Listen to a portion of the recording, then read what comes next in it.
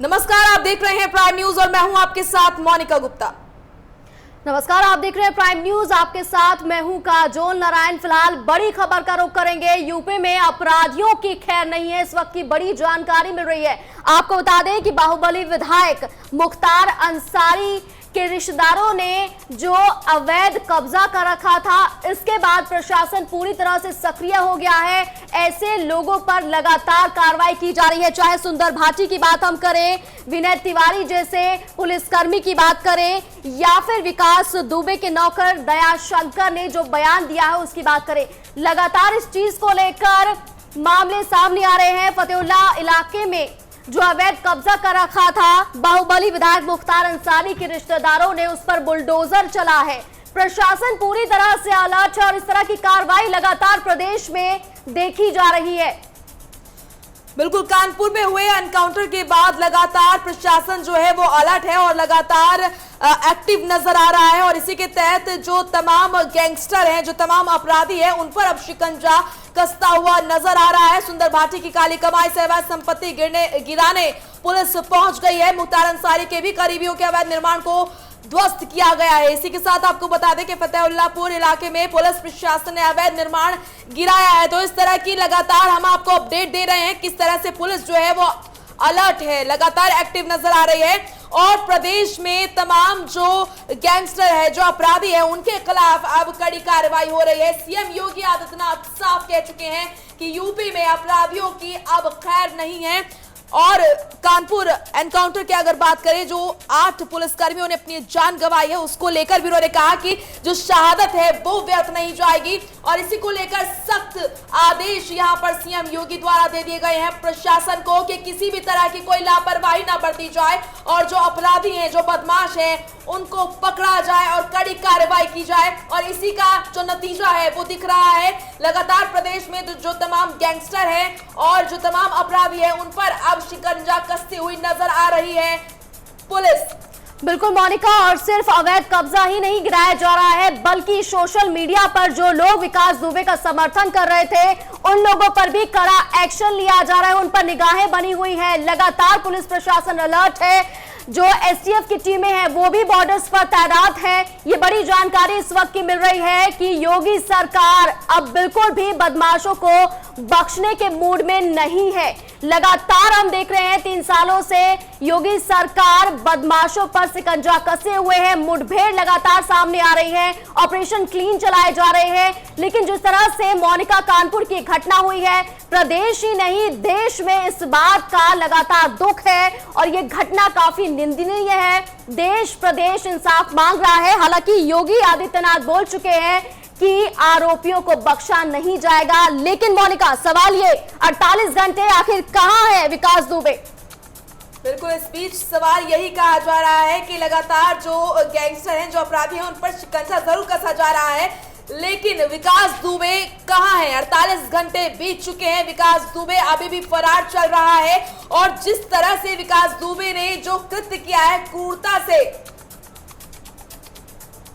जो कृत्य किया है, उसका रोष सभी में है। अश्विनी शाही हमारे साथ जुड़ चुके हैं, बीजेपी प्रवक्ता। अश्विनी, आप देख रहे होंगे जिस तरीके से अश्विनी जी के लगातार प्रशासन की तरफ से लगातार प्रयास किए जा रहे हैं कि विकास दुबे को पकड़ा जाए, लेकिन विकास दुबे 48 घंटे होने के बावजूद पुलिस की गिरफ्त में नहीं है। ऐसे में विपक्ष और लगातार जो जनता है वो ये पूछ रही है कि विकास दुबे आखिर क्यों नहीं पकड़ा गया?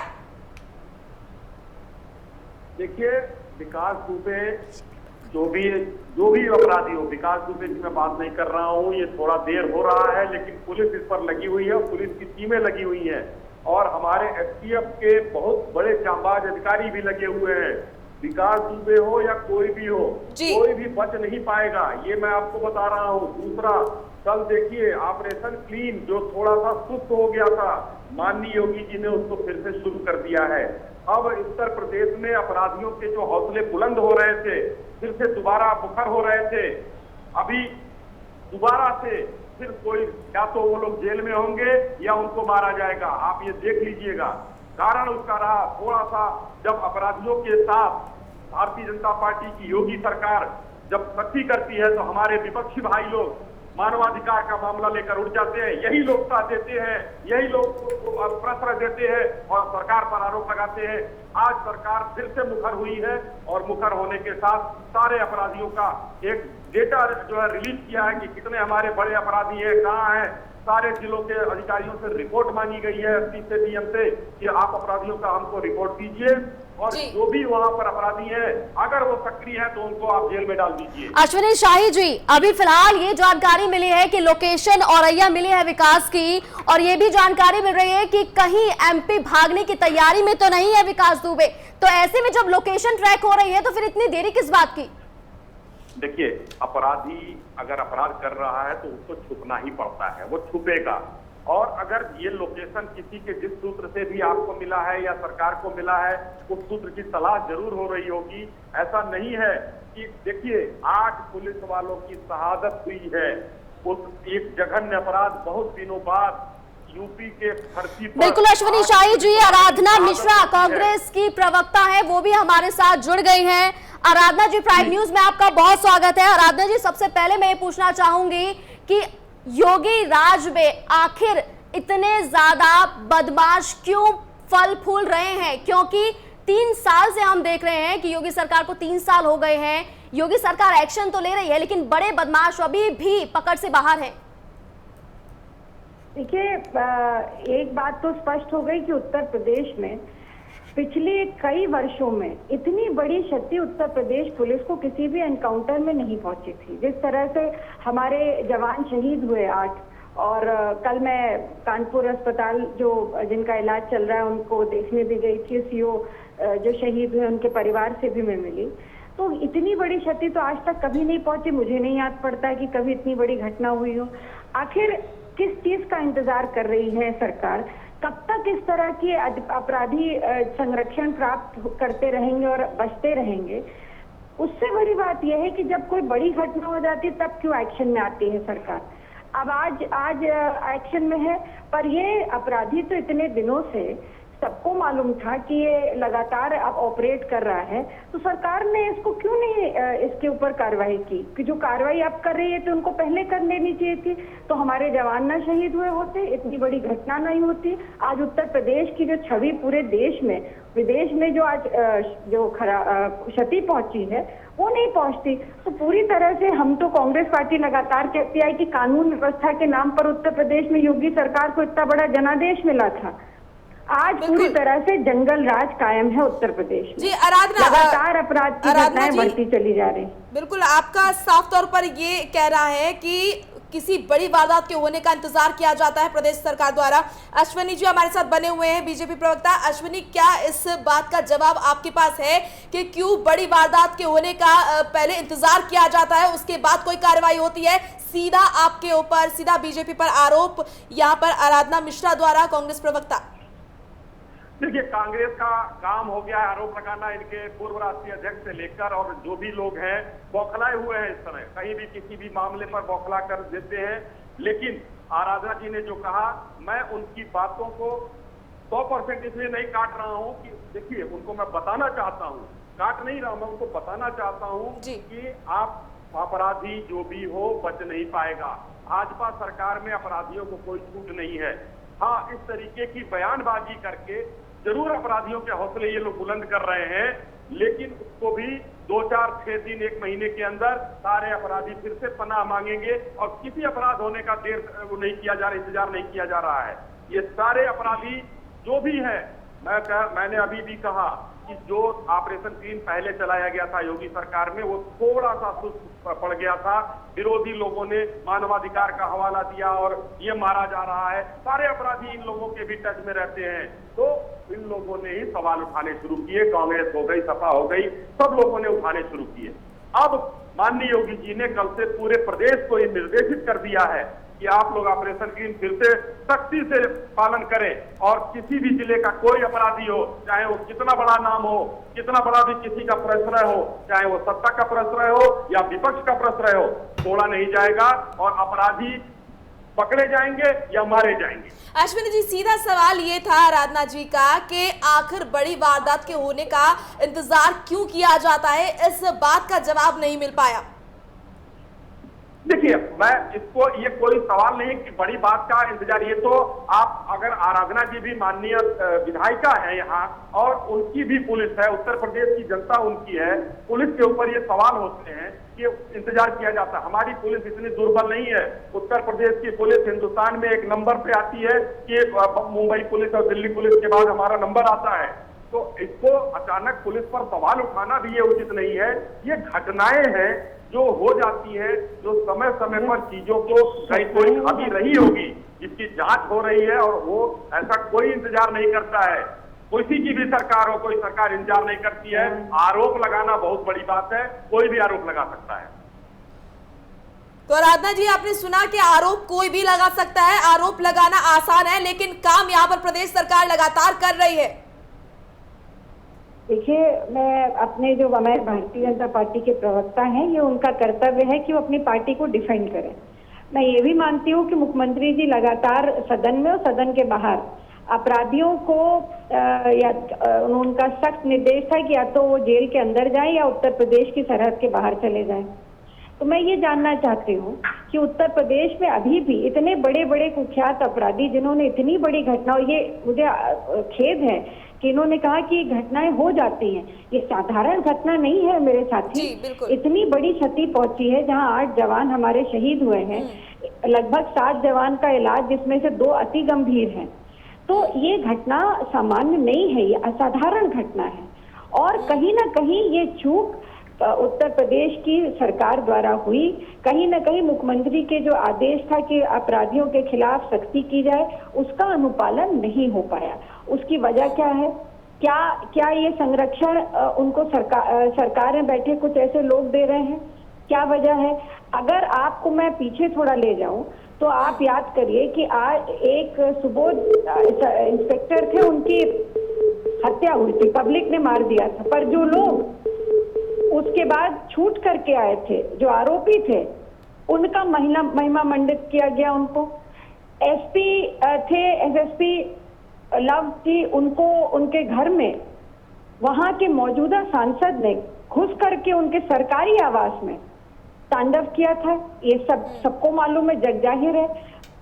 एक तहसीलदार को वहां के स्थानीय नेता ने, भारतीय जनता पार्टी के, सार्वजनिक रूप से थप्पड़ मारा था। मैं ये जानना चाहती हूँ, अगर इन घटनाओं पर लगाम लगाया होता, अगर कोई कार्रवाई की होती पार्टी ने इन सारे नेताओं पर, तो आज कम से कम जो संरक्षण दे रहे हैं अपराध को जो लोग, उनको उनके लिए एक नजीर होती।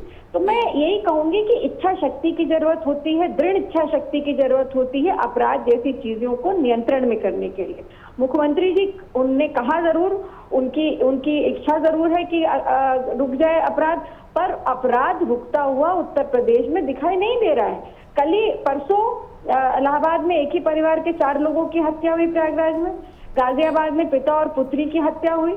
लगातार 1 दर्जन से ज्यादा हत्याएं उत्तर प्रदेश में रोज हो रही हैं। आपका सीधा जवाबदेही किसकी है? आपका सीधा आरोप यह है कि यहाँ पर सीएम योगी की तरफ से लगातार आदेश दिए जाते हैं और सख्त कार्रवाई करने की बात कही जाती है, लेकिन जो धरातल पर चीजें नजर आ रही है वो ठीक नहीं है और अपराध कहीं ना कहीं बढ़ रहा है। आराधना जी। जी आराधना जी, लेकिन सीधे सीधे मैं ये पूछना चाह रही हूँ कि क्या सिर्फ प्रदेश सरकार पर आरोप लगा देने से ये जो चीजें हो रही हैं प्रदेश में, जो बदमाशों का आतंक फैल रहा है, क्या ये रुक जाएगा? क्योंकि अगर देखा जाए तो 2001 से ये बदमाश काफी ज्यादा सक्रिय है। विकास दुबे 2001 में दर्जा प्राप्त मंत्री संतोष शुक्ला की हत्या की थी, उसके बाद 20 साल का वक्त हो गया है। तो उस वक्त किसकी सरकार थी, जरा इसको पता कर लीजिए आप। भारतीय जनता पार्टी की सरकार थी आराधना जी, लेकिन उसके बाद कई पार्टियां आई हैं, कई सरकारें आई हैं, तो ऐसे में सीधे सीधे सरकार पर आरोप लगाना किसकी जिम्मेदारी है? फिर ये आप मुझे ये बता दीजिए। बिल्कुल जिम्मेदारी प्रदेश सरकार की है, लेकिन अगर आप आराधना जी विपक्ष में है तो विपक्ष की भी जिम्मेदारी है प्रदेश के प्रति। बिल्कुल हमारी जिम्मेदारी, और उसी जिम्मेदारी का तो निर्वहन कर रहे हैं। अगर सरकार कहीं कोई कमी है अगर उसकी कार्यप्रणाली में, तो ये विपक्ष का नैतिक अधिकार है, कर्तव्य है कि वो सरकार को बताए कि ये कमी है, इसको ठीक करिए। बिल्कुल आराधना जी, अनेक बार उत्तर प्रदेश की विधानसभा में हम लोगों ने इस बात को पूरे तथ्यों के साथ मुख्यमंत्री जी के समक्ष रखा है कि ये तथ्य है। अभी भी वक्त है, अभी भी आप देखिए कि अपराधी अपराध का चला जा रहा है। क्या महिलाओं के प्रति अपराध, जिस तरह से रेप की घटनाएं या महिला बेटियों के साथ हो रहे अपराध पर क्या नियंत्रण मिला?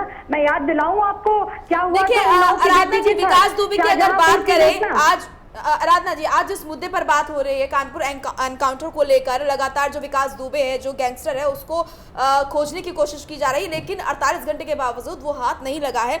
लेकिन इस बात को भी नकारा नहीं जा सकता है कि जो लगातार पिछली सरकारें आई हैं और जो गई हैं, उनकी तरफ से एक मजबूत राजनीतिक संरक्षण विकास दुबे को प्राप्त हुआ, जिसकी वजह से उसने इतना बड़ा एम्पायर, जिनकी रहते हुए विकास दुबे ने इतना बड़ा एम्पायर खड़ा किया और इतना दबदबा अपना बनाया कि कोई भी उसके खिलाफ कहने से डरता था। लेकिन जब प्रदेश में बीजेपी सरकार आई तो 3 साल में पहली बार ये घटना हुई और इतनी बड़ी घटना हुई जब इतनी बड़ी संख्या में पुलिसकर्मियों को मारा गया बदमाशों द्वारा।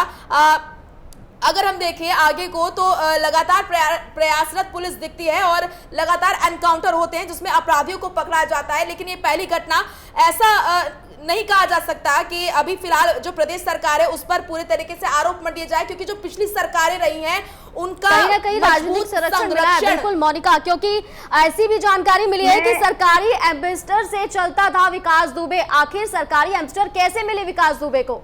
मैं आपको इसमें एक ही बात कहूंगी कि 1989 के बाद गैर कांग्रेसी सरकारें जो आई हैं उस वक्त राजनीति में अपराधीकरण बढ़ा है। लगातार चाहे वो भारतीय जनता पार्टी की सरकार रही हो या और सरकारें रही हो, अपराधियों को संरक्षण मिला है। पर सबसे ज्यादा अगर आप याद करिए तो अपराध के खिलाफ और लॉ एंड ऑर्डर के खिलाफ इतना बड़ा जनादेश किसी भी प्रदेश में किसी पार्टी को नहीं मिला था जितना उत्तर प्रदेश में मिला था। तो इस उत्तर प्रदेश की जनता ने, हम बाकी सभी लोगों ने आस्था व्यक्त करी थी कि भारतीय जनता पार्टी की सरकार आएगी तो लॉ एंड ऑर्डर ठीक होगा। तो आज परिस्थितियां क्या हैं? हम लोग सरकार के साथ, अगर अपराधियों के प्रति कोई कार्रवाई करती है सरकार तो हम सब उसका साथ देंगे। पर अगर सरकार की कोई कमी है, नाकामी है, तो वो भी विपक्ष की जिम्मेदारी है कि सकारात्मक रूप पर उसको पता है कि यहाँ ये कमियां हैं और सरकार को उस पर ध्यान देना चाहिए। हम ये बात सदन में कहते हैं, मैं तो सदन में नेता हूँ कांग्रेस की, मैंने अपना पक्ष रखा, अपनी पार्टी का पक्ष रखा। पर अगर हम देख रहे हैं कि उसके बाद भी अपराध नहीं कम हो रहा तो हम सवाल किससे पूछेंगे? सरकार से ही तो पूछेंगे। और जनता किससे पूछेगी? सरकार से पूछेगी। तो ये समय नहीं है कि इस पे चर्चा हो। अभी समय ये है कि उत्तर प्रदेश में इतनी बड़ी घटना हुई जिसमें पुलिस के जवान शहीद हुए हैं। इस अपराधी के खिलाफ कड़ी से कड़ी कार्रवाई होनी चाहिए। पूरी तरह से जो हमारे शहीद हुए हैं उनको शहीद का दर्जा मिलना चाहिए। जो गंभीर रूप से घायल, उनका अच्छा इलाज होना चाहिए। इनके परिवारों के पालन पोषण की व्यवस्था सरकार करे। साफ तौर पर ये कहना गलत नहीं होगा कि राजनीतिक संरक्षण के चलते ही विकास दुबे जो है वो इतना बड़ा अपराधी बना और इतना बड़ा अंपायर उसने खड़ा किया। लेकिन इसमें सभी जो दल हैं वो कहीं ना कहीं जिम्मेदार हैं, क्योंकि पिछली सरकारें जब आई तो तमाम जो नेता हैं उनके साथ उसकी तस्वीरें भी नजर आई विकास दुबे की। आपको रोकना चाहूंगे, हमारे साथ पूर्व आईपीएस ओम प्रकाश सागर हमारे साथ जुड़ चुके हैं। ओम प्रकाश जी, जो अभी फिलहाल कानपुर एनकाउंटर मामले में जो स्थिति चल रही है, जो चीजें चल रही हैं, उन सभी चीजों से आप वाकिफ होंगे और क्या आपको इसके पीछे के कारण लगते हैं? आखिर जो विकास दुबे है वो पकड़ा क्यों नहीं गया? 48 घंटे हो गए हैं। देखिए, विकास तो कोई लगाया है नहीं, तो वो और विकास जी, आपकी जो आवाज है वो साफ नहीं सुनाई दे रही है। हेलो, हाँ, बोलिए बोलिए ओम प्रकाश जी। मैं ये कह रहा हूँ कि देखिए, शातिर अपराधी है, शातिर अपराधी बचना जानता है। फिर उस पुलिस से भी इसके संपर्क हैं। पुलिस वाले खुद ही रास्ता बता देते हैं कि यहाँ चले जाओ, ऐसे चले जाओ, ऐसे छिप जाओ। और फिर जो राजनीतिक संरक्षण की बात है, बिल्कुल सही बात है। राजनीतिक संरक्षण में भी क्या होता है कि इनके जो आका हैं सो कॉल्ड, वो जो है उनको छिपाने के लिए कहीं ना कहीं ऐसी जगह भेज देंगे। कई बार अभी कहीं चल रहा था नेपाल जाने का भी चांस है, हालांकि नेपाल ओम भी आसान नहीं है जाना प्रकाश जी, पूर्व आईपीएस हैं आप, सिस्टम को बहुत बेहतर तरीके से, हमसे बेहतर तरीके से जानते हैं। एक फैक्ट मैं आपके सामने रखना चाहती हूं कि 14 साल पहले करीब 19 पुलिस वाले ऐसे थे जिनकी गवाही ली जानी थी, लेकिन गवाही से मुकर गए थे विकास दुबे के खिलाफ। क्यों ऐसा हो रहा है? 24 पुलिस कर्मियों के नाम सामने आ रहे हैं। बड़ा एक्शन कब लिया जाएगा? सिस्टम में बदलाव कब आएगा? ये देखिए, बदलाव का तो मैं क्या बताऊं कि ये समय के परिवर्तन होता रहता है, लेकिन फिर भी अभी तक जो बदलाव अपेक्षित था वो बदलाव नहीं आया। मौजूदा गवर्नमेंट में तब था कि ये गवर्नमेंट जो है वो अपराधियों पर नकेल का सहयोग हटा भी इसमें, ऐसी बात नहीं है, लेकिन इसके बावजूद भी वो अपेक्षित सफलता नहीं मिल पाई। तो अब इसमें कमियां जो हैं, जो भी हो उसको प्लस करना जरूरी है, और अपराधी तो अपराधी है, कोई भी संरक्षण प्राप्त हो उसे बिल्कुल कतई भी बर्दाश्त नहीं करना चाहिए। ओम प्रकाश जी, इस बात को नकारा नहीं जा सकता कि पुलिस टीम का जो इंटेलिजेंस है वो फेलर यहाँ पर साबित हो रहा है, क्योंकि 48 घंटे बीत चुके हैं लेकिन गैंगस्टर विकास दुबे का अब भी कोई अता पता नहीं है। बिल्कुल मोनिका, और लोकेशन भी ट्रेस हो रही है और औरैया से बार-बार संदिग्ध गाड़ी भी मिली है। लोकेशन भी मैं ये बता रहा हूँ, फिर अपराधी चल रहा है, अपराधी क्या करता है, वो लोकेशन जो है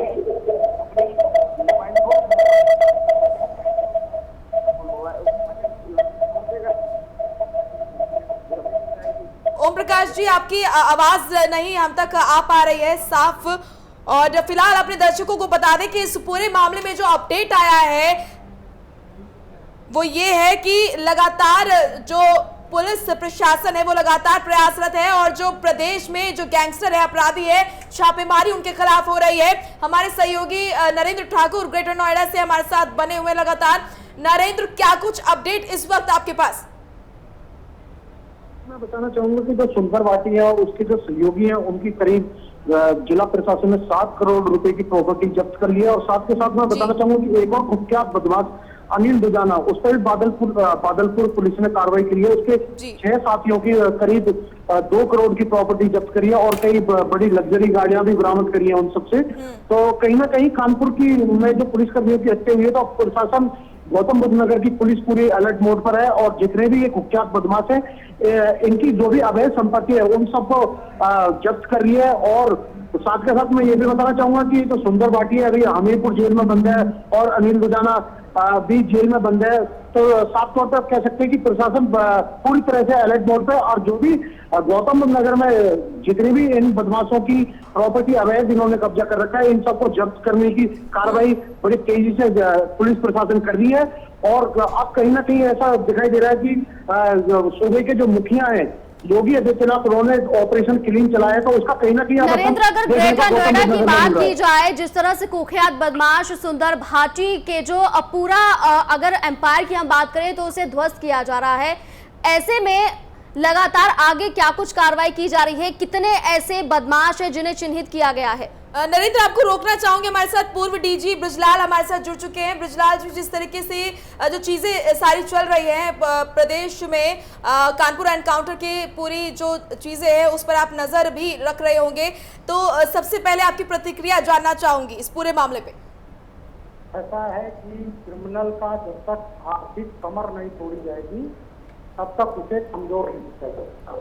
ये जेल जाते हैं, जेल से गैंग चलाते हैं, और उसके अलावा संपत्ति अर्जित करते हैं, कब्जा करते हैं जमीनों पर, झगड़े वाली जमीन किसी कीमत नहीं कब्जा कर लिए।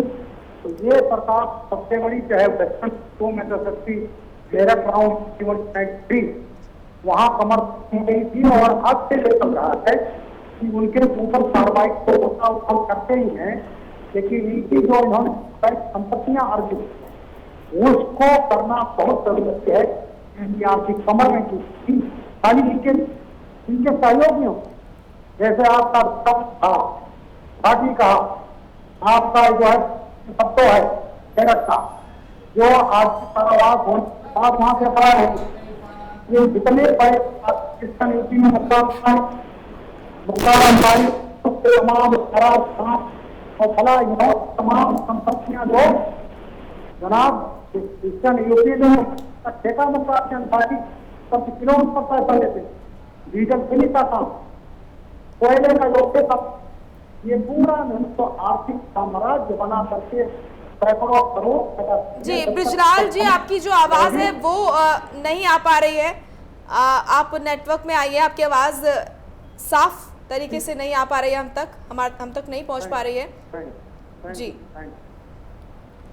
बिल्कुल, तो ये बड़ी कार्रवाई योगी सरकार द्वारा की जा रही है। एक आदेश दिया है सीएम योगी आदित्यनाथ ने कि उन्हें पूरी लिस्ट चाहिए कुख्यात बदमाशों की, और कार्रवाई होती हुई भी दिखाई दे रही है।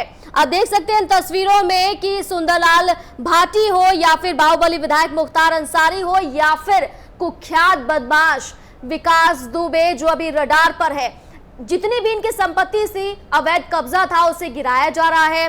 और फिलहाल ये ताजा अपडेट भी मिल पा रहा है, ये साफ हो गया है। अगर विकास दुबे के नौकर के खुलासे की हम बात करें, दया शंकर जिसका नाम है, उसने साफ तौर पर ये बताया कि दबिश देने से पहले ही पुलिसकर्मी और विकास दुबे के बीच बातचीत हुई थी और ये पूरा प्लान के तहत इस कार्रवाई को अंजाम दिया गया था। तो बिल्कुल यूपी में अपराधियों पर बुलडोजर चल रहा है और अब अपराधियों की खैर नहीं है। आपको बता दें कि पूरा मामला जो है कानपुर एनकाउंटर का, उसमें अब तक क्या कुछ अपडेट्स निकलकर सामने आ रही है वो हमने आपको अब तक बताई। और ये जो 3 तस्वीरें आप अपनी टीवी स्क्रीन पर देख रहे हैं, सुंदर भाटी, मुख्तार अंसारी और विकास दुबे, ये इन तमाम गैंगस्टर की जो संपत्ति है उनको तबाह किया जा रहा है। गाजीपुर से डीएम ओम प्रकाश आर्य हमारे साथ जुड़ चुके हैं। ओम प्रकाश जी, पूरी स्थिति आपके सामने है कानपुर एनकाउंटर की। इस पूरे मामले में आप क्या कुछ कहेंगे कि आखिर क्या वजह रही है कि विकास दुबे 48 घंटे बाद भी पकड़ा नहीं गया है, कहां कमी रह गई है?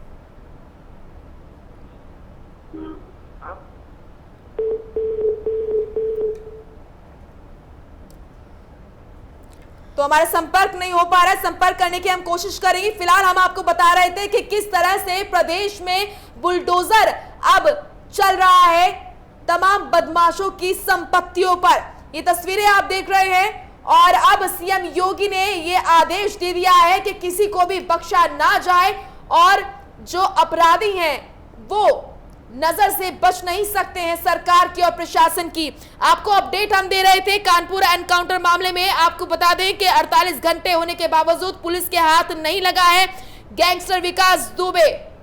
बिल्कुल मोनिका, और बिकरू फायरिंग में मजिस्ट्रेट जांच के आदेश भी दे दिए गए हैं। एडीएम इस पूरे मामले की जांच पड़ताल करेंगे। आपको बता दें कि ताजा अपडेट गाजीपुर की हम बात करें तो गाजीपुर में बाहुबली विधायक मुख्तार अंसारी के करीबी ने जो अवैध कब्जा किया हुआ था उस पर भी बुलडोजर चलाया जा रहा है। मेरे सहयोगी नरेंद्र ठाकुर मेरे साथ लगातार बने हुए ग्रेटर नोएडा से। नरेंद्र, ग्रेटर नोएडा की मैं बात करूं, सुंदर भाटी के अवैध कब्जे पर लगातार बुलडोजर चलाया जा रहा है। कितने ऐसे बदमाश है ग्रेटर नोएडा के जो चिन्हित कर लिए गए हैं? जी, मैं बताना चाहूंगा कि करीब जो कुख्यात बदमाशों में जिनकी गिनती जानी जाती है वो गौतम बुद्ध नगर में 4 से 5 है। पहले सुंदर भाटी, अनिल दुजाना, अमित कसाना और अनिल भाटी, ये 4 जो है सबसे बड़े कुख्यात बदमाश हैं गौतम बुद्ध नगर में। इन सबकी प्रशासन ने प्रॉपर्टी जब्त करने की कार्रवाई शुरू कर दी है। आप देख सकते हैं कि तस्वीरों में साफ तौर पर कि सुंदर भाटी का जो जमीन का अवैध कब्जा था उसका प्रशासन ने बुलडोजर फेंक दिया है। और साथ के साथ मैं ये बताना चाहूंगा कि देर रात्रि बादलपुर पुलिस ने भी अनिल दुजाना की जो संपत्ति थी उसको भी कब्जे में ले लिया है और जो उसके सहयोगी थे करीब 6 लोगों को गिरफ्तार भी किया है और उनसे कई करोड़ रुपए की संपत्ति और कुछ बताया गया है कि 15 लाख से 20 लाख रुपए उनसे नगद मिला है। तो कहीं ना कहीं आप कह सकते हैं कि गौतम बुद्ध नगर पुलिस पूरी अलर्ट मोड में दिखाई दे रही है। नरेंद्र, बिल्कुल, अगर गिरफ्तारी की मैं बात करूं, जैसे कि आपने बताया कि कुछ लोगों को हिरासत में लिया गया है ग्रेटर नोएडा से, जिन लोगों को हिरासत में लिया गया है उनकी तरफ से पूछताछ में क्या कुछ चीजें निकलकर सामने आई है? मैं बताना चाहूंगा कि ये जो कुख्यात बदमाश है ये जेल के अंदर से नेटवर्क चलाते हैं और इन्हीं नेटवर्क के जरिए जो लोग थे इन कुख्यात बदमाशों के संपर्क में थे और इन्हीं के कहने पे ये प्रॉपर्टियों पे कब्जा करते थे, साथ के साथ रंगदारी वसूलते थे। तो उसी के तहत में इनका मुकदमा दर्ज हुआ है कि अनिल दुजाना और सुंदर भाटी और अनिल भाटी के संपर्क में थे। और मैं आपको बताना चाहूंगा कि अब से 1 हफ्ते पहले जो कुख्यात बदमाश सुंदर भाटी का जो भतीजा अनिल भाटी, उसने भी एक ट्रांसपोर्टर सूरजपुर के 45 लाख रुपए की रंगदारी मांगी थी, उसमें भी मुकदमा दर्ज गौतम बुद्ध नगर पुलिस ने किया था। तो अब साफ तौर पर कह सकते हैं बिल्कुल कि जो कानपुर में पुलिस कर्मियों की हत्या हुई है उसको देखते हुए योगी राज में अब कह सकते हैं कि बदमाशों की खैर नहीं है। बिल्कुल नरेंद्र, कार्रवाई तो लगातार की जा रही है, लेकिन बड़ा सवाल यह है कि आखिर सिस्टम का फेलियर क्यों हो रहा है? आखिरकार जेल से कैसे अपराधी अपनी वारदातों को अंजाम दे देते हैं? जी कहीं ना कहीं साफ तौर पे किसी न किसी की, कहते हैं कि घर का बेदी लंका डाय, कहीं ना कहीं कोई ना कोई ऐसा या कह सकते हैं कि पुलिसकर्मी हो या कोई प्रशासन का आदमी इनसे मिली भगत के तौर पे इनके संपर्क में है, जो इनका संपर्क कराता है, फोनों से इनकी बात कराता है इन आदमियों से, जब भी जाके इन लोगों के पास फोन आते हैं, रंगदारियां मांगी जाती हैं। क्योंकि कहीं ना कहीं कह सकते हैं कि कहीं ना कहीं प्रशासन की भी थोड़ी चूक हो रही है, तो प्रशासन को इस चीज पर भी नजर रखनी होगी। बिल्कुल नरेंद्र, कहीं ना कहीं अब बहुत जरूरी हो गया है कि पूरे प्रदेश में जो सिस्टम है उसको मजबूत किया जाए और जो सिस्टम में खोखलापन है उसको मजबूत किया जाए, क्योंकि हर जगह सिर्फ यही चीज देखने को मिल रही है कि संरक्षण यहाँ पर मिल रहा है और पुलिस प्रशासन की तरफ से भी कई ऐसे लोग हैं जो भीतरघाती साबित हो रहे हैं और हर जगह ये नजर आ रहा है कि गैंगस्टर्स को जो मुखबिरी कर रहे हैं वो अपने ही डिपार्टमेंट के लोग कर रहे हैं। तो बहुत जरूरी हो जाता है कि जो सिस्टम है उसको मजबूत किया जाए, जो खोखलापन है उसको सही किया जाए। जी बिल्कुल, जो प्रशासन के लोग हैं जो इनसे मिले हुए हैं, इन पर प्रशासन की दूसरी खुफिया टीम लगानी होगी, जिससे कि जो प्रशासन या पुलिस प्रशासन जो भी इनसे मिली भगत करके इनके गैंग को सक्रिय कर रहा है उन पर रोक लगानी होगी। जब ही जाके उत्तर प्रदेश में ये बदमाशों का जंगल राज खत्म हो पाएगा।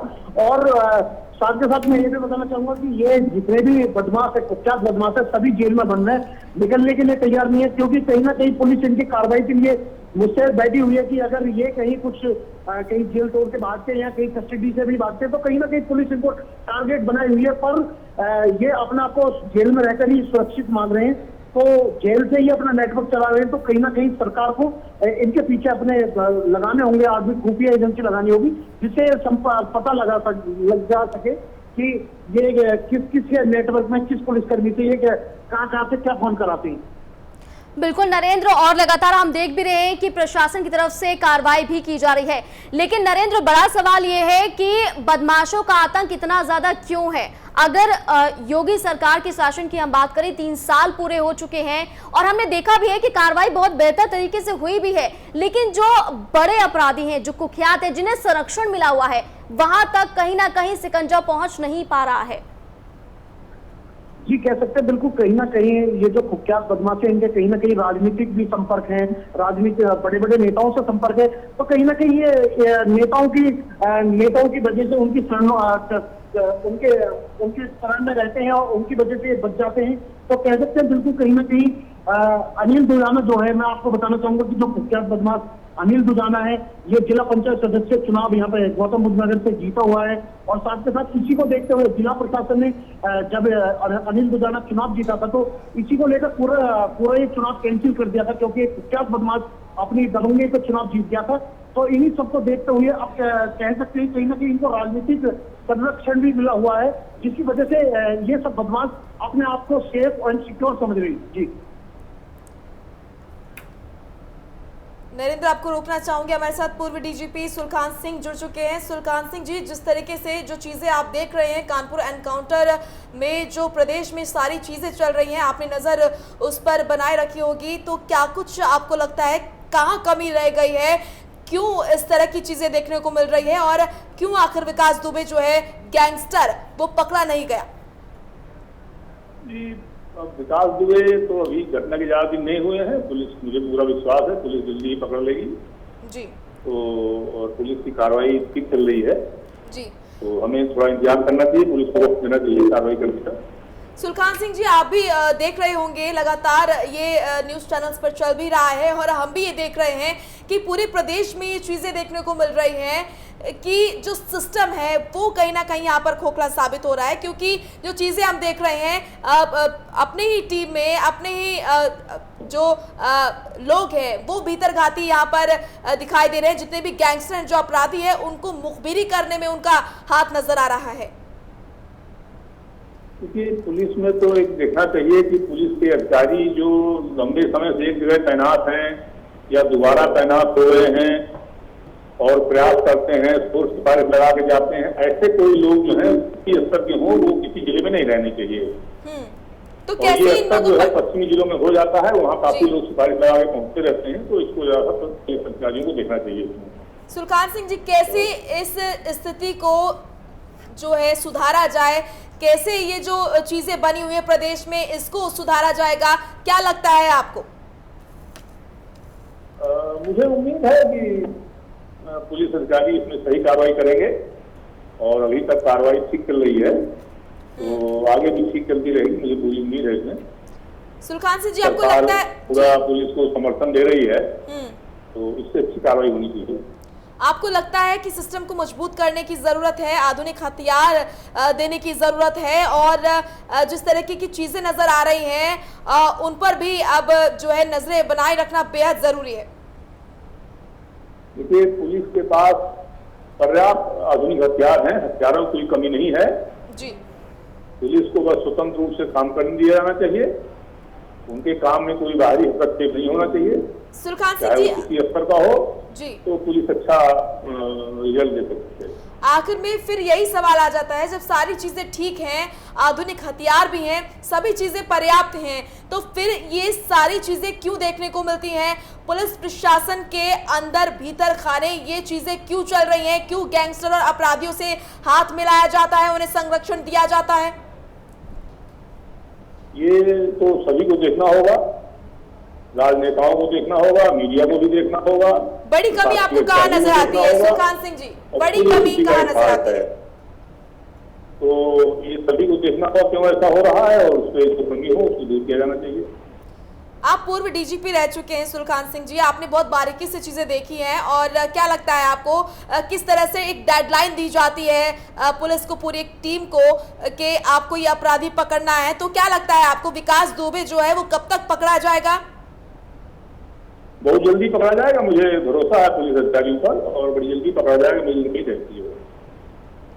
बिल्कुल, चलिए बहुत बहुत शुक्रिया आपका सुलखान सिंह जी तमाम जानकारी देने के लिए और हमारे साथ जुड़ने के लिए। पूर्व डीजीपी हमारे साथ जुड़े थे और उन्होंने बताया कि जल्द ही विकास दुबे जो है वो पकड़ा जाएगा। उन्होंने ये भी कहा कि इस बात को नकारा नहीं जा सकता कि राजनीतिक संरक्षण और सिस्टम में जो खोखलापन है वो एक बड़ी वजह है अपराध के बढ़ने की, क्योंकि लगातार ये देखा जा रहा है प्रदेश में कि राजनीतिक संरक्षण के चलते ही जो अपराधी हैं वो अपना दबदबा बनाते हैं और उनके खिलाफ कोई भी कुछ भी कहने से डरता है। इसी के चलते जो बड़ी वजह है वो ये है कि जो सिस्टम है वो कहीं ना कहीं मजबूत नहीं है। गैंगस्टर के खिलाफ कुछ भी कार्रवाई करने से जो पुलिस है वो भी बिल्कुल मोनिका, और इस तरह के मामले पहले भी आ चुके हैं, हालांकि ये मामला बहुत ज्यादा बड़ा है, ऐतिहासिक मामला हो गया है ये। लेकिन मोनिका, बड़ा सवाल ये है कि जो पुलिसकर्मी होते हैं, जो सिपाही होते हैं, जो छोटे होते हैं, उन तक तो हाथ पहुंच जाते हैं, लेकिन उन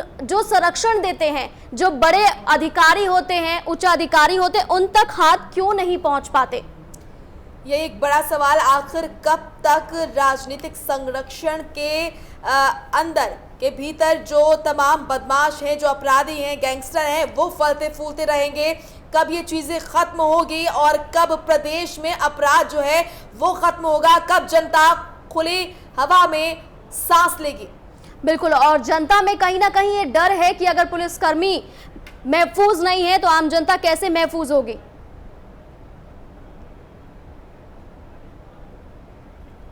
ग्रेटर नोएडा से राजेश भाटिया हमारे साथ जुड़ चुके हैं, डीसीपी। राजेश जी, ग्रेटर नोएडा में जो चीजें चल रही हैं उसके बारे में क्या कुछ कहेंगे? क्योंकि सुंदर भाटी जो गैंगस्टर है उसके खिलाफ भी जो कार्रवाई हो रही है, किस तरह की क्या कुछ कार्रवाई अभी तक हुई है और आगे क्या कुछ कार्रवाई होगी? देखिए, सुंदर भाटी जो है पश्चिमी उत्तर प्रदेश का बहुत बड़ा आपराधिक माफिया है जी, और इसका गैंग रजिस्टर्ड भी है। इसके गैंग में ढेर सारे लोग हैं और माननीय मुख्यमंत्री जी की हमेशा प्राथमिकता रही है आपराधिक माफियाओं के विरुद्ध कार्रवाई करने का। उसी के तहत गैंगस्टर एक्ट के तहत इसकी प्रॉपर्टी जो है कुर्क की गई है। इसके और भी साथी हैं जिनकी प्रॉपर्टी कुर्क की जा रही है। ये कार्रवाई अभी लगातार चलती रहेगी। और कमिश्नरेट सिस्टम का ये बहुत बड़ा एक फायदा है कि इसके तत्काल हम लोगों ने कार्रवाई कर ली है और भविष्य में ये कार्रवाई जारी रहेगी ताकि इन पे जो है हम शिकंजा कर सकें, इनको सलाखों के पीछे रख सकें और अवैध तरीके से कमाई गई संपत्ति को कुर्क कर सके। राजेश जी, लेकिन ये बड़ी जो अलर्टनेस हम देख रहे हैं, अलर्टनेस तभी क्यों आती है जब कोई बड़ी घटना हो जाती है? नहीं, आपको जानकारी दे दूं मैं कि ये गैंगस्टर एक्ट के तहत प्रॉपर्टी कुर्क की गई है और ये प्रक्रिया लंबी चलती है जी। सैकड़ों पेज की रिपोर्ट बनती है, सारी प्रॉपर्टी को हर डिपार्टमेंट से पता करना पड़ता है, इसकी कहाँ प्रॉपर्टी है। इसके लिए हम लोगों को जो है हर डिपार्टमेंट ARTO से लेकर के रजिस्ट्रार कार्यालय SDM हर जगह से रिपोर्ट लेनी पड़ती है, प्रॉपर्टी को वेरीफाइड किया जाता है, फिर उनसे ले करके रिपोर्ट तैयार करके और फिर तब जाकर एक्शन होता है। इतनी जल्दी नहीं कि एक दिन में गैंगस्टर एक्ट के तहत एक दिन के अंदर कार्रवाई नहीं होती है, इसमें टाइम लगता है और उसके तहत कार्रवाई हुई है। राजेश जी, क्या ये सही है कि अपनी ही टीम में कुछ ऐसे भीतरघाती लोग होते हैं जो गैंगस्टर को फलने फूलने में सहायता देते हैं, क्योंकि एक बड़ा अंपायर एक गैंगस्टर एक अपराधी तभी खड़ा कर सकता है जब उसको पीछे सपोर्ट मिल रही हो। इस पूरे मामले पे क्या कुछ कहेंगे? अब देखिए, ये सुंदर भारती है, इसके विरुद्ध हमेशा कार्रवाई होती रही है और कार्रवाई का कारण है कि बहुत दिनों से विगत कई वर्षों से ये और इसके गैंग के सदस्य जेल में बंद हैं, स्वच्छंद रूप से नहीं घूम पा रहे हैं और इसको मैं नहीं कह सकता कि इनके पीछे किसी पुलिस वाले का हाथ है, क्योंकि ये अभी भी जेल में है और आपको मालूम होगा ये तुरंत हमीरपुर में था, अब इसको जो है सोनभद्र ट्रांसफर किया गया है, वहां की जेल में है ये इस समय।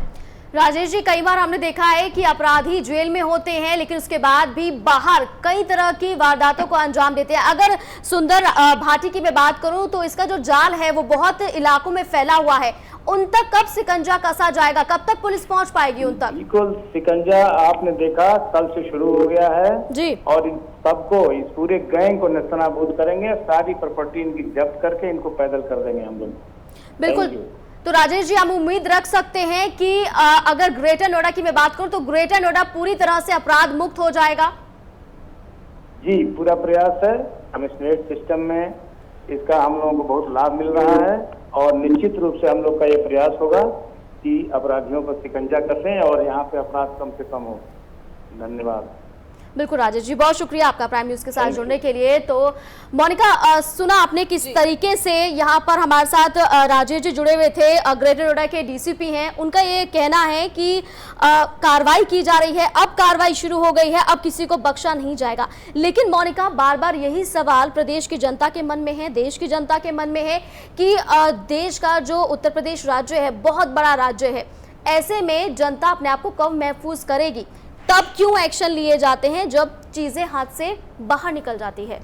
बिल्कुल काजोल, क्योंकि यहाँ पर जिस तरीके से हमारे साथ पूर्व DGP माफ कीजिएगा ग्रेटर नोएडा से DGP जो हमारे साथ जुड़े थे राजेश जी, उन्होंने भी ये कहा था, उन्होंने ये बात कही थी कि इस बात से नकारा नहीं जा सकता इस बात को कि भीतरघाती होते हैं और उनकी वजह से जो गैंगस्टर हैं वो फलते फूलते भी हैं, जो अपराधी हैं वो फलते फूलते भी हैं, लेकिन उनका पता भी लगाया जाता है, क्योंकि कब कौन जो है भीतरघाती साबित हो जाए ये पता नहीं लगाया जा सकता जब तक कोई वारदात ना हो जाए। इसीलिए इस चीज पर भी नजर रखी जाती है और जो अपराधी माना जाता है, जो इस चीज में पकड़ा जाता है, जो संलिप्त होता है, उसके खिलाफ भी कार्रवाई होती है। तो इस चीज को नकारा नहीं जा सकता कि सिस्टम में कहीं ना कहीं ये कमी है। कुछ लोग होते हैं जो अंदर खाने चीजों को कमजोर करते हैं और खोखला बनाते हैं डिपार्टमेंट को अपराधियों का साथ देकर, और ये बड़ी वजह है कि प्रदेश में जो अपराधी हैं वो अपना अपराध जो है बेखौफ करते हैं। उनके मन में पुलिस का खौफ या पुलिस का डर नहीं होता, क्योंकि वो जानते हैं कि उनकी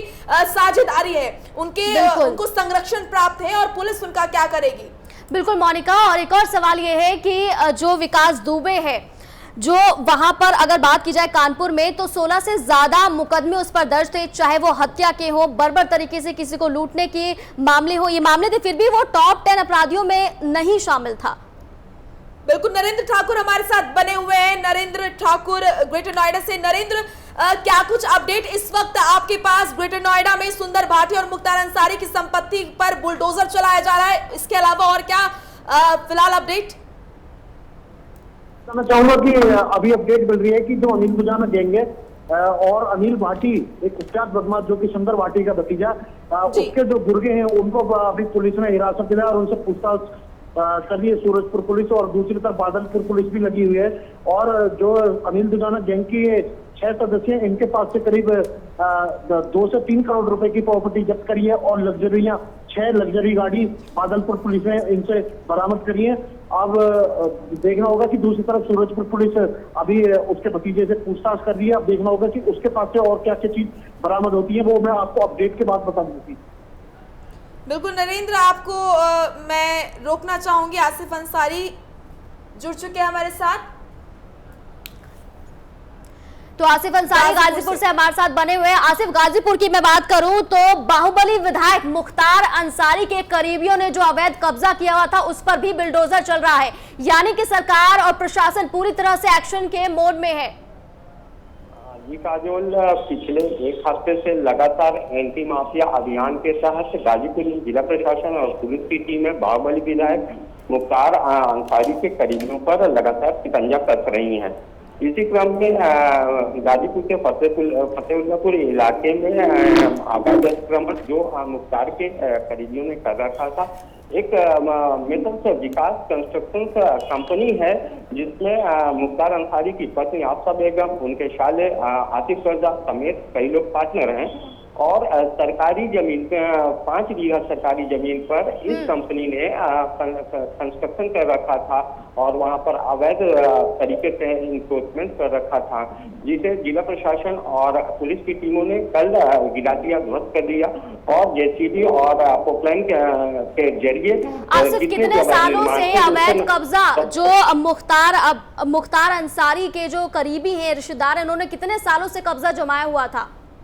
आपको काजल बता दें कि ये बहुत पुराना मामला है और लगभग 2 दशक से वहां पर सरकारी जमीन, ग्राम समाज की जमीन जो तकरीबन 15 बीघे से ज्यादा थी, जिस पर लोगों ने फर्जी तरीके से अपने नाम अंकित करवा रखे थे, जिसमें से 5 बीघे जमीन का जो हिस्सा था वो मुख्तार अंसारी के करीबियों ने उस पर अवैध अतिक्रमण कर रखा था। जी बिल्कुल, बहुत शुक्रिया आसिफ तमाम अपडेट पहुंचाने के लिए। तो 3 तस्वीरें आपकी चल रही स्क्रीन पर, सुंदर भाटी, मुख्तार अंसारी, विकास दुबे, ये 3 तस्वीरें आपने देखी किस तरह से सरकार लगातार कार्रवाई की जा रही है। अब किसी को बख्शा नहीं जाएगा।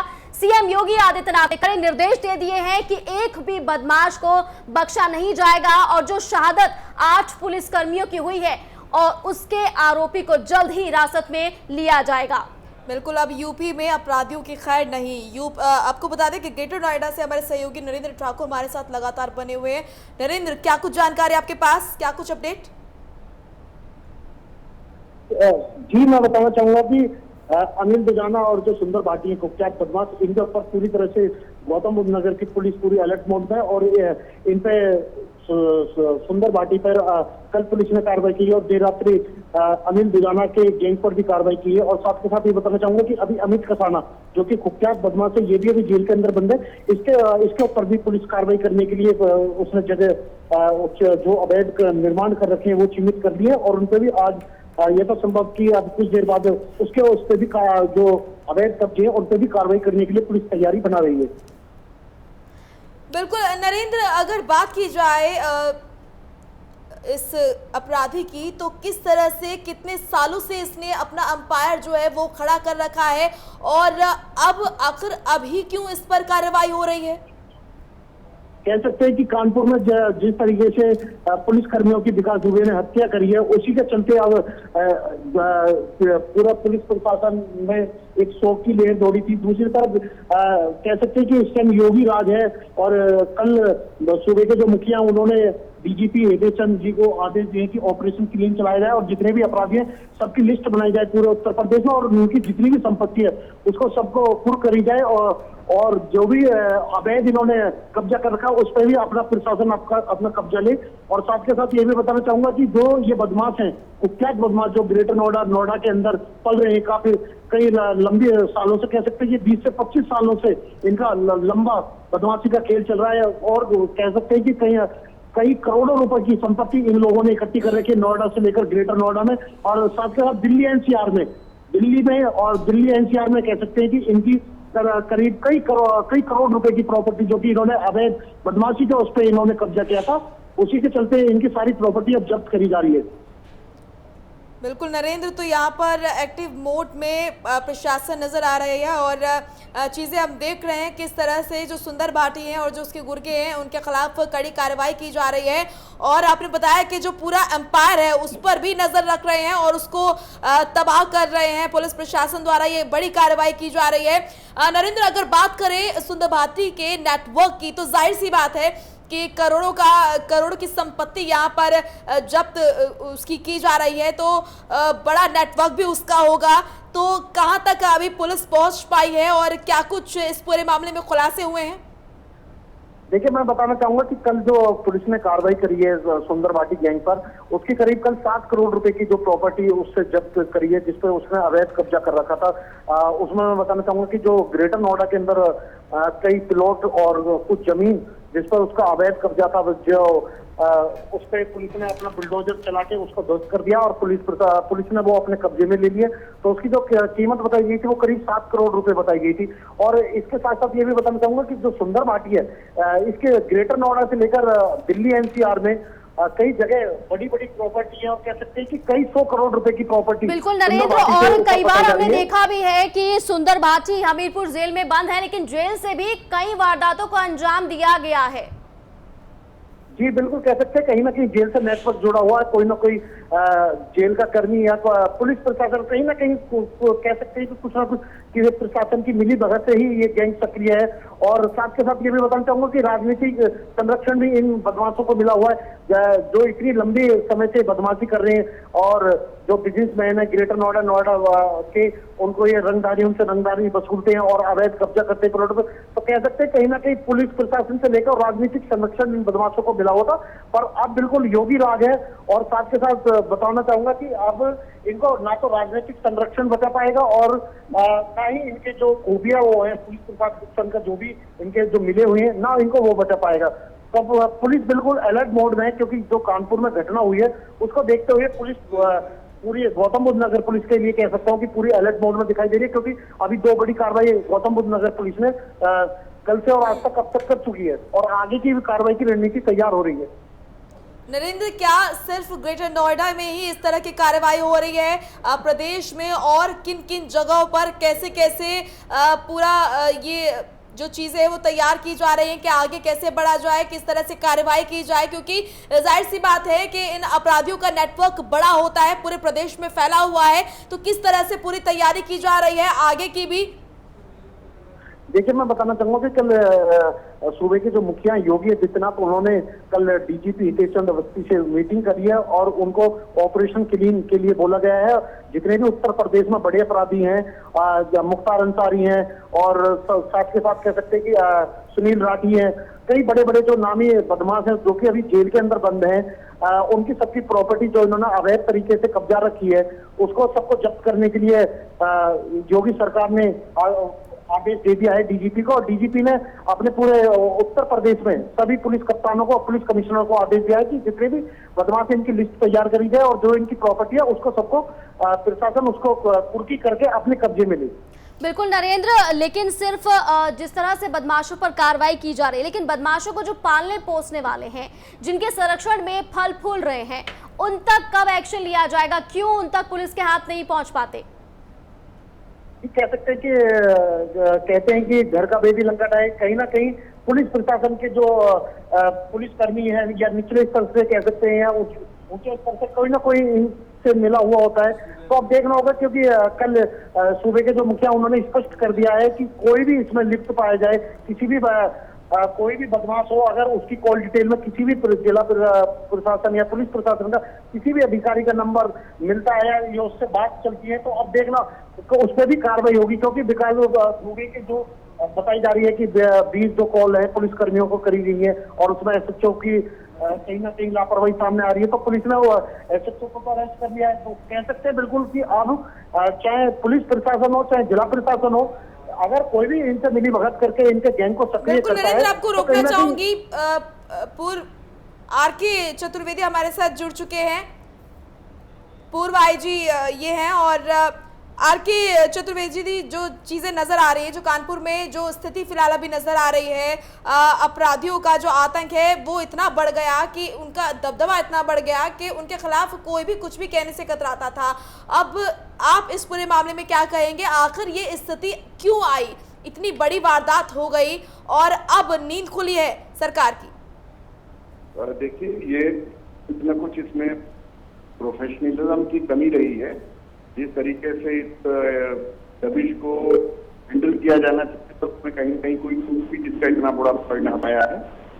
अब इसके बाद जो सरकार का एक्शन है बहुत जस्टिफाइड एक्शन है। केवल ये देखना चाहिए ये कार्रवाई केवल सेलेक्टेड लोगों पे ना हो, ये आइडेंटिफिकेशन जो हो वो बिल्कुल सही तरीके से, ऐसा नहीं उसको कोई दल से उससे जुड़ा हुआ है तो और के साथ साथ ही गैंग के जो सपोर्टर्स होते हैं, क्योंकि गैंग का जो लीडर होता है जेल चला जाता है, इसलिए 2/3 तो जेल। तो इसमें कार्रवाई जड़ तक जाके होनी चाहिए। जो इनके ग्राउंड लेवल वर्कर तो इनके लिए वसूली करते हैं, इनको क्या करके इसके लिए धमकाते हैं, शूटर से इनके उनको आइडेंटिफाई करके कार्रवाई वहां तक की जाए चाहिए। केवल लीडर के साथ कार्रवाई करके या थोड़ी बहुत कार्रवाई करके नहीं होना चाहिए।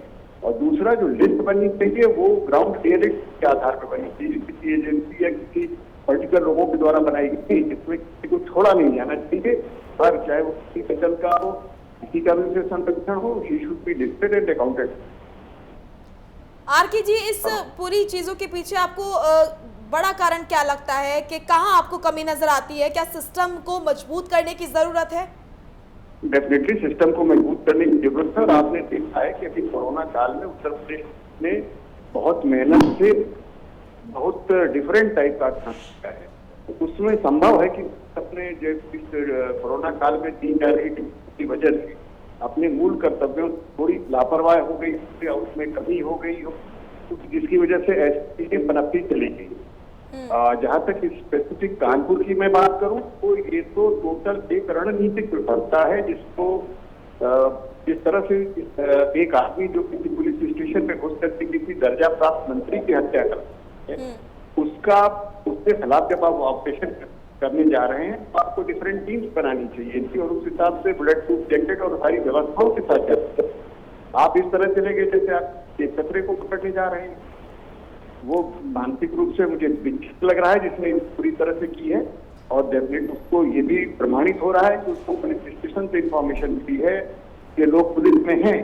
इस तरह से जो काली भेड़े हैं, केवल इसी के नहीं, हर किसी क्रिमिनल के, हर माफिया के, हर गैंग के तो पुलिस में होते हैं।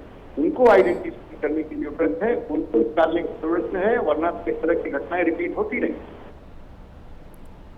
बिल्कुल, बहुत बहुत शुक्रिया आपका हमारे साथ जुड़ने के लिए आरके जी, और तमाम हमारे मेहमान जो हमारे साथ जुड़े थे उन सभी का शुक्रिया। तमाम महत्वपूर्ण जानकारियां उन्होंने हमें दी और आपने देखा किस तरह से अब प्रदेश में जो प्रशासन है वो अलर्ट मोड में है और जाहिर सी बात है कि यूपी में अपराधियों की अब खैर नहीं है। लगातार जो है उनके खिलाफ कार्रवाई हो रही है और सीएम योगी ने भी कह दिया है कि अब बख्शा नहीं जाएगा, सभी को यहाँ पर सभी के खिलाफ कड़ी कार्रवाई होगी। इसी के साथ सवाल ऐसे में बड़ा यही खड़ा हो जाता है कि प्रदेश में जो सिस्टम है वो मजबूत कब होगा और आखिर कब तक जो राजनीतिक संरक्षण है उसके अंदर ऐसे ही फलते फूलते रहेंगे अपराधी और गैंगस्टर। और विकास दुबे जो कानपुर में एनकाउंटर जो किया गया उसमें जो 8 पुलिसकर्मियों को बेरहमी से मारा गया, वो खूंखार गैंगस्टर आखिर कब तक पकड़ा जाएगा? फिलहाल रुक रहे हैं एक छोटे से ब्रेक के लिए, जल्द हाजिर होंगे।